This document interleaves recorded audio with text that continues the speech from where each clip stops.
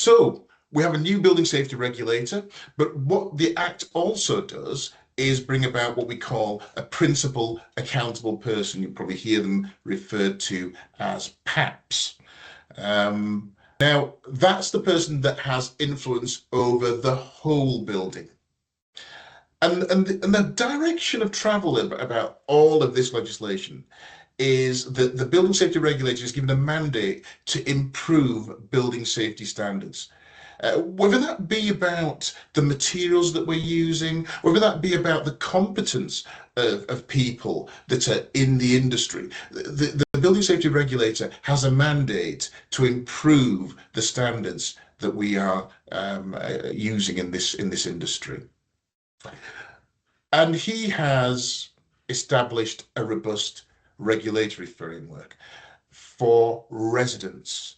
And I'm mentioning this because what the residents are able to do is now bypass the building managers and the owners of the building and actually report things directly to the building safety regulator. And that's something to be aware of.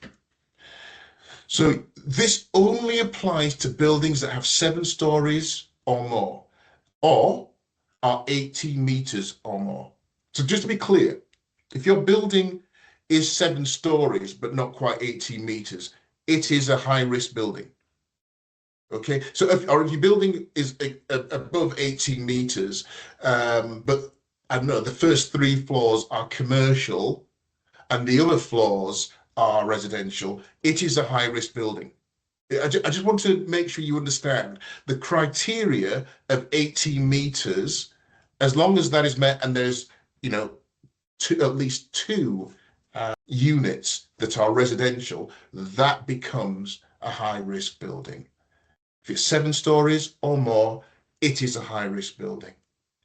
There are exclusions, and we are talking about things like the care homes, hospitals. They're not included, but everything else, pretty much everything, or commercial, by the way, commercial buildings are excluded. So if you've got a building that's commercial and it's above 18 meters, that is excluded from this bit of legislation. So please understand that. But wherever you've got, I'll summarize it like this: wherever you've got a sleeping risk, so someone lives there, sleeps there, that's likely to be under the jurisdiction of the building safety regulator. Okay, let's just talk about some of the responsibilities of the PAP and others.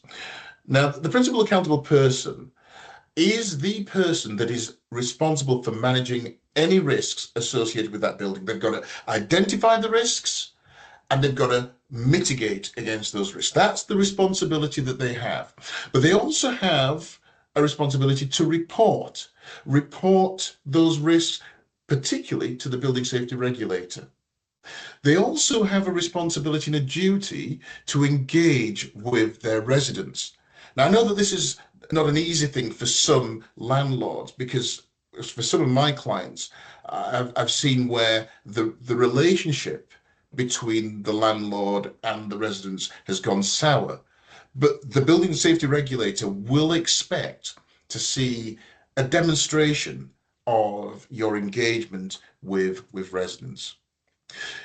He'll want to see that you have established a building safety case and a building safety case report. I'll talk in a little bit more detail about the difference between those two in a little while. But you need to have established a building safety case, and you need to be able to show the building safety regulator a snapshot of how you're dealing with your building in a building safety case report. And this whole thing is about making sure that information is available and accessible. And it's about making sure it's accessible electronically, held electronically. And it actually specifically says that in this legislation. And there must be a complaints system that is working between the owner of the building, the residents of the building. That's really quite an important part as well. Now, accountable persons are people that have responsibility for part of the building.